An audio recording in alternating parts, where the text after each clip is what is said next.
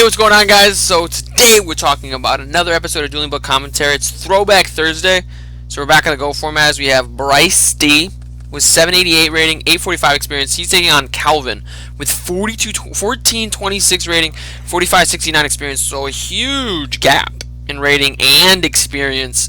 But this is Go format, so a lot of that rating and experience could have been gathered solely through the advanced format, as far as Yu-Gi-Oh is concerned, and maybe not necessarily just Go format. As we see the reasoning come down with Calvin calling for, and the Sinister Serpent going to be summing out because of that, which is, and then that's it. He's just going to set one and pass. So it's not really the ideal reasoning that Bryce was looking for. But going first, not anything too crazy. We see the Delinquent Duo come down. That's going to be pretty big here, and that's going to discard the Metamorphosis, which was going to be huge. Interesting he didn't go into, probably just didn't want whatever he would have summoned. What does this do? Oh, okay. I think it just draws 2 cards. I'm not sure though. But we do see a situation where the reasoning for the Metamorphosis on the Sinister Serpent, maybe he just wouldn't have made something strong enough. I'm not sure. But now he loses the Metamorphosis, and he's now in a situation where the DD Warrior Lady comes down, banishes the Sinister Serpent, and it's just all about card advantage at this point for Calvin. Calvin's in a really great spot here. As we see the Mystical Space Typhoon come down, it's probably going to pop the new Spell and Trap, but that was another Mystical Space Typhoon. Unfortunately, Bryce isn't able to chain that there, as we see now. 1 card on both sides of the player's field, but then 3 cards in hand as the Kaiko comes down, and 2 cards in hand for Bryce. As we see the Scapegoat's going to come down, and so completely swinging card advantage back in the favor of Bryce once he draws this card. And now you're looking at this situation. You know, Calvin's lost 1,000 life points because of the Delinquent Duo, so it's going to be curious to see how Bryce is able to combat this. We already see that he is running Metamorphosis, so it's a pretty standard. It's not like yesterday's Go format duels where the player was running Legendary Ocean, and a little bit different. Not anything too crazy bad with that. As we do see Mataza the Zapper. It's a very popular old school card specifically for it counters Scapegoats so well, right? It could attack 2 different goats. It can attack 2 different monsters that are trying to stall. Obviously, the 1300 attack isn't super great, super busted, but right now it's going to be putting in a lot of work now that he's just going to be able to attack for free.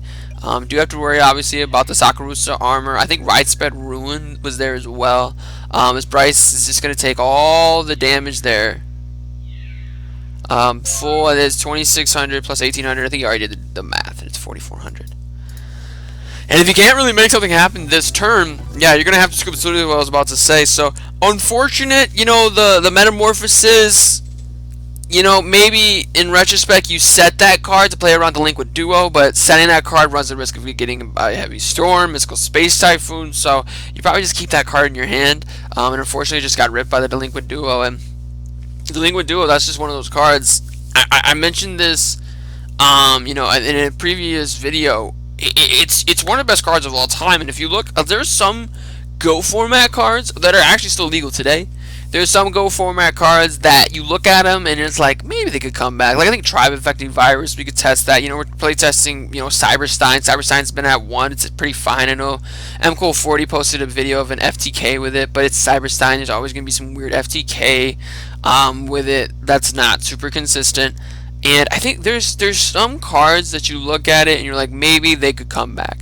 But then you look at a card like Delinquent Duo, and I just know that card will probably never come off the ban list. Like that card is just, unless we start drawing like 10 cards a turn, like there's just never going to be a situation where that's going to be a good card. And we see the Upstart Goblin pass from Bryce D, which not super duper terrible. As we see the Graceful Charity come down for Calvin, that's gonna be a huge swing in Calvin's favor. As we see the Grandmaster Sasuke, And the Heavy Storm actually is going to get pitched for that, and that's only because he did have the Breaker of the Magical Warrior. And he's just going to attack with Breaker of the Magical Warrior, and that is going to get hit by the Ring of Destruction. So, good use. It's definitely original attack, right? Oh, it's not original attack. Okay. So, actually, that was a misplay on Breaker's part.